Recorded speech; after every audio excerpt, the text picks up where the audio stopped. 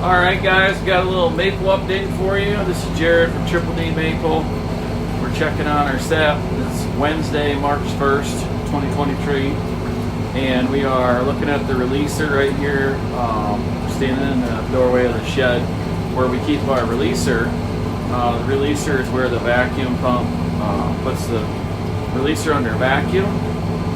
And it works all mechanically under vacuum when it fills up so far with sap. It's got a float in there. The float flips a switch and it releases a vacuum on the canister and it dumps the sap out. And when it does that, it has two canisters, a top canister and a bottom canister.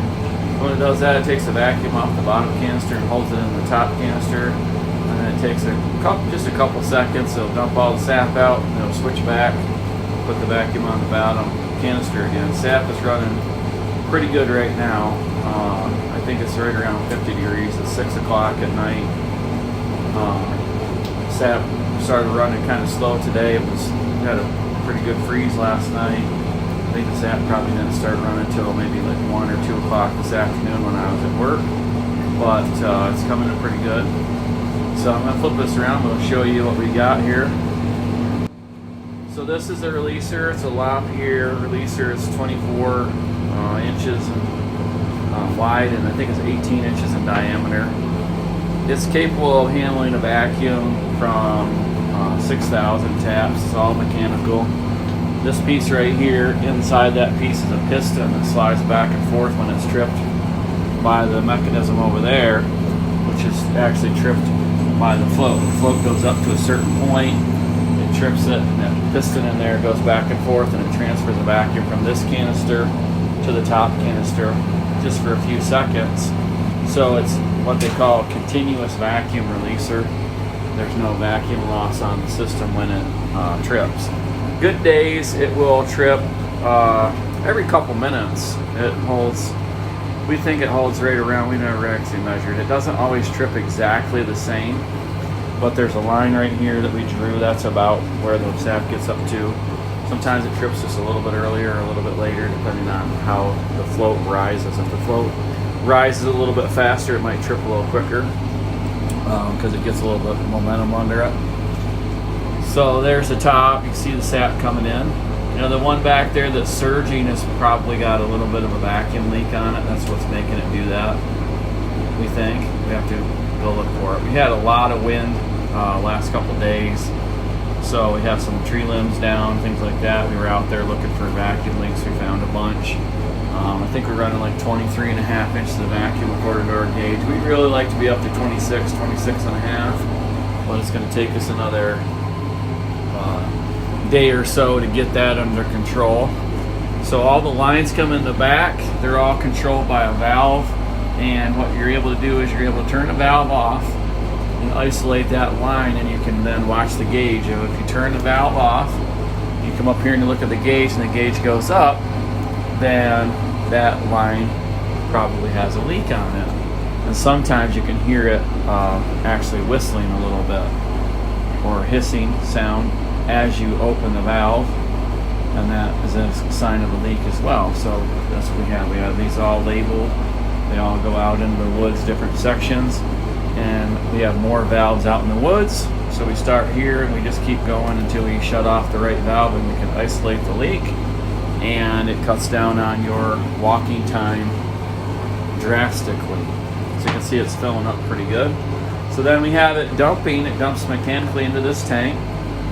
And this tank has a pump with a float switch. When it fills up so far, the float switch trips and it pumps it up, and right now it's going out the red line and it's going out into our big 4,000 gallon tank. And if we get that full and we need more room, we will close that red valve and open up the blue valve, and we'll put it in our backup tank. This line coming down from the ceiling is actually coming down. That is actually hooked to another releaser at another place. It's about 375 feet away from here.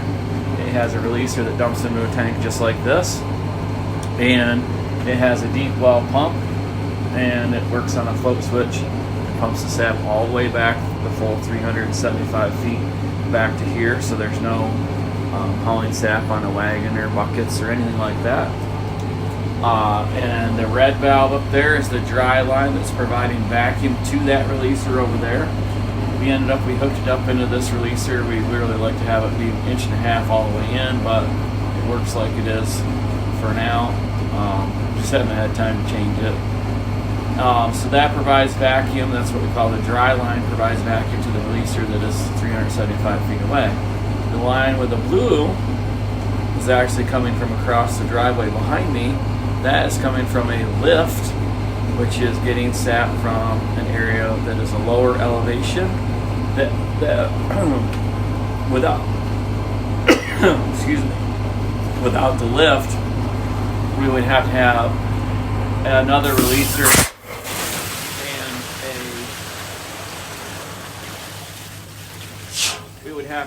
releaser and a tank and another pump setup. So the lift was a great option for that, for the money that it was. It works flawlessly. You can see right now the top, the sap coming in there from the top, that's coming from the lift. It's got a float in it, and every so often it trips the float and it pumps out sucks the sap out of the canister over there, which is over that way, right on top of the water. You can't really see it too dark, but that works great. I swear by that thing. It was a great investment for us. Works super. So we're getting a pretty good amount of sap. We had some sap left over from the other day. We haven't boiled since Sunday. Today's Wednesday. When I checked the sap at 4 o'clock this afternoon, we had about 2,000 gallons. Came in here and tested at 1.8 with a sugar content. So that's pretty good. You can look at, it's real clear sap.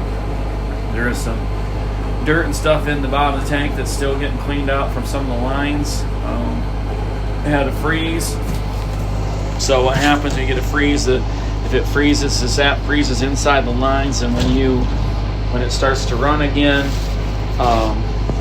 it'll clean out the lines a little bit. It kind of scrubs the inside of the lines. So that is our indoor update. We'll go take a look at the big tank.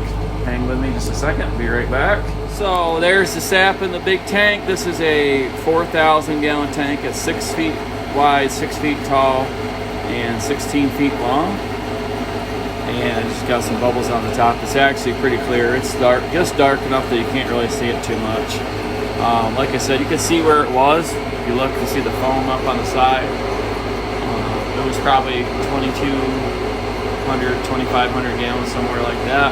We're taking it out right now. We're pumping it through our reverse osmosis machine, which is taking all the water out, and we are going to get ready to boil here in a few minutes. So this is our Lafayette reverse osmosis. It is a new generation 2000 series reverse osmosis. The new generation basically comes with all stainless steel valves and fittings and everything. It is running our sap through from our raw tank, which is that big 4,000 gallon tank. Sap's coming in, it's 36.3 degrees, so it's cold. The RO basically will run the sap gallons per minute is a lot based upon temperature.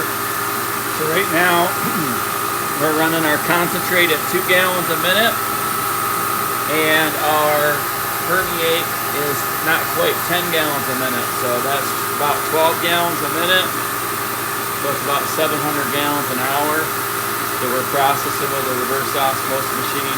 The raw sap was about 1.8, so we should be getting it to somewhere around 10% concentrate with our concentrate that's coming out. So it comes out of the RO, it's going up that black pipe on the right is the concentrate, the black pipe on the left is the permeate, which is the pure water that we're taking out. We're storing that in the tank outside. And it is coming, and it's actually going through that clear pipe up there, and you can't even see it because the evaporator is pretty much, I think it's full, so it doesn't even look like it's moving. And it is going into the top of the evaporator, which we call the piggyback. And if you look up there, that sight gauge up there, that's the piggyback sight gauge, and that tells us that the piggyback is in fact full, and the sight gauge is actually a little bit dirty, but the sap is actually pretty nice and clear. So we are going to get ready to fire this up. This is our evaporator. It is a Lapierre Volcano 2000. It is 3.5 feet wide and 14 feet long, and it is equipped with a Lapierre turbo piggyback in the back that helps boil the sap faster. So what happens is the piggyback is the top part. It's actually full of sap up there. The steam from the bottom as it's cooked rises up and heats the sap up there. So it's basically like a giant preheater. It's supposed to increase the production by 40%. I think for us it actually increased it more than that. We're very, very happy with the piggyback. If you got an evaporator and you're looking to boost your production without using more fuel, the Lapierre piggyback is the way to go. Best option there is, best in the industry as far as I'm concerned. So this is it, our Lapierre Volcano 2000, 3.5 by 14. I think it's about 20 years old. I think it was built about 2000. We never really confirmed that. We bought it used. It burns fuel oil. We have it burning 2 nozzles.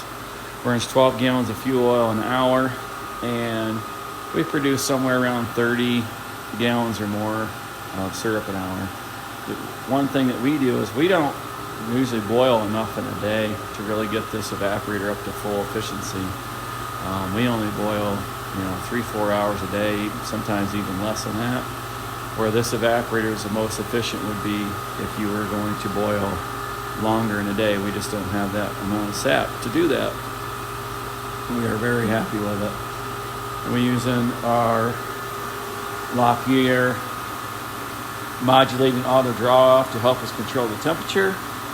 So when the red temperature matches the green temperature, it will open up the valve electronically and start dumping syrup out. Really like that a lot. Works good once you get it dialed in. And there's nothing wrong with that at all. And then after we make the syrup, we run it through. We don't have it put together right now, but run it through our Lapierre 10-inch filter press, and that's what makes the syrup crystal clear. So anyway, that's our quick update for today. We're right around 200 gallons of syrup produced so far for 2023. We're a little bit behind what we want to be, but we really just haven't had all that great of runs. We haven't had a big, what I would call a big run yet. We've had a lot of average runs as far as I'm concerned. So we'll see. It is definitely early in the season. We're looking for more colder weather coming, big snowstorm coming for the weekend. So it's definitely not the end of the season. So that's our quick update. Jared from Triple D Maple, March 1st, 2023. Thanks for watching. Please like and subscribe to this video. Stay tuned for more future updates from us. Have a great day.